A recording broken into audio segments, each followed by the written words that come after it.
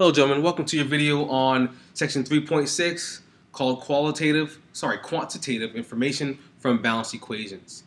Now from a balanced equation, we have a lot of information given. The first thing is that the coefficients represent the relative number of molecules in a reaction.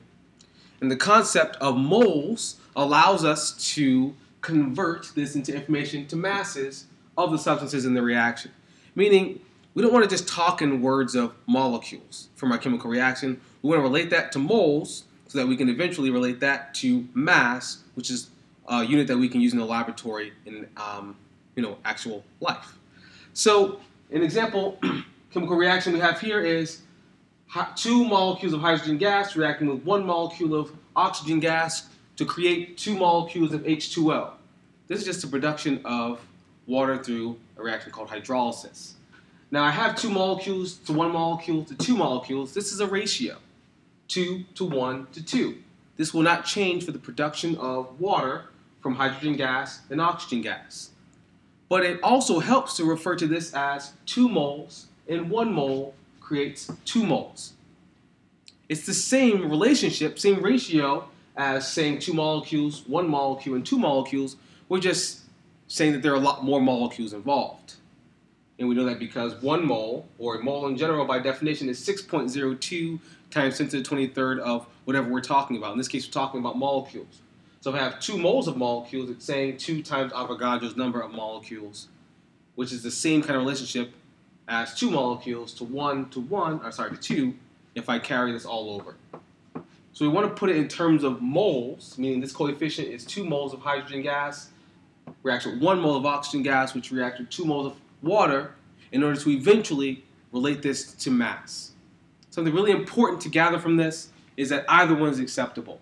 So the coefficients indicate both the relative numbers of molecules or formula units, if we're talking about an ionic compound, in the reaction, and the relative number of moles. So these coefficients represent number of molecules and number of moles. One other important thing to gather from a balanced chemical equation is that it provides a stoichiometric relationship between the substances in the reaction. This is going to be key. We can use this relationship to convert between quantities of the reactants and the products in a chemical reaction. For example, say I have my same chemical reaction as before. 2 moles of H2, 1 mole of O2, to 2 moles of H2O. This means it takes 2 moles of hydrogen gas to react with 1 mole of oxygen gas to create 2 moles of water. So when this reaction happens, you always will create 2 moles of water, if these are your simplest ratios here. So, an example of how to use what I set up here, this stoichiometric relationship. If I knew that I had 1.57 moles of O2, meaning in real life, you may have more than simply 1 mole here as your chemical equation has laid out for you. Say I have not 1 mole, but 1.57 moles. That's what was in my reaction. That's what I input into the chamber to react with hydrogen gas. I can calculate how much H2O should be produced. I can do this by using the stoichiometric relationships, which are basically the coefficients in my balanced chemical equation. I call this stoichiometric relationship the mole ratio. Basically, a ratio is simply how things relate to one another, a relationship that you're drawing out. So my relationship is that if I react 1 mole of oxygen gas, I will produce 2 moles of H2O.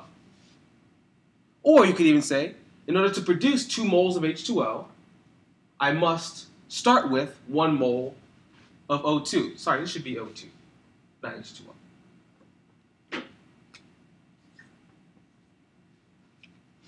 That is called a mole ratio.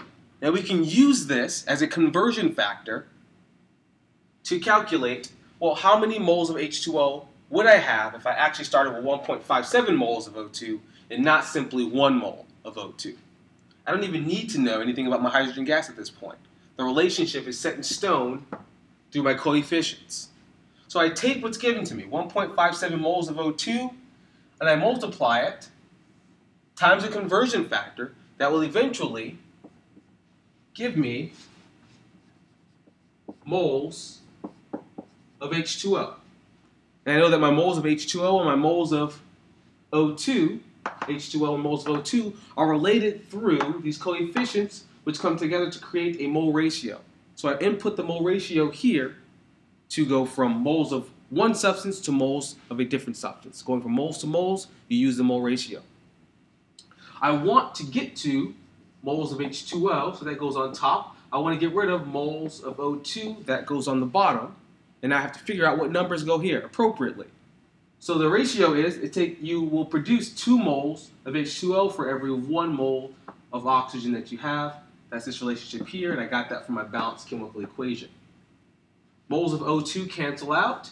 Now I simplify. 1.57 times 2 moles of H2O give me 3.14 moles of H2O. So if I started out with 1.57 moles of O2, I would produce 3.14 moles of H2O. But if I started out with 1, it would be just 1 to 2. That's the use of the mole ratio in the stoichiometric relationship. See if you can replicate this in this next example. So my challenge to you is this. If I still have 1.57 moles of O2, and it reacts with hydrogen gas, H2, to form H2O, how many moles of H2 are consumed in the process? Use the same balanced chemical equation, and use the relationship between oxygen gas and H2. Because we want to know how many moles of H2 are consumed in the process. Gentlemen, please take notes, try this problem out. We'll break it down next class. Adios.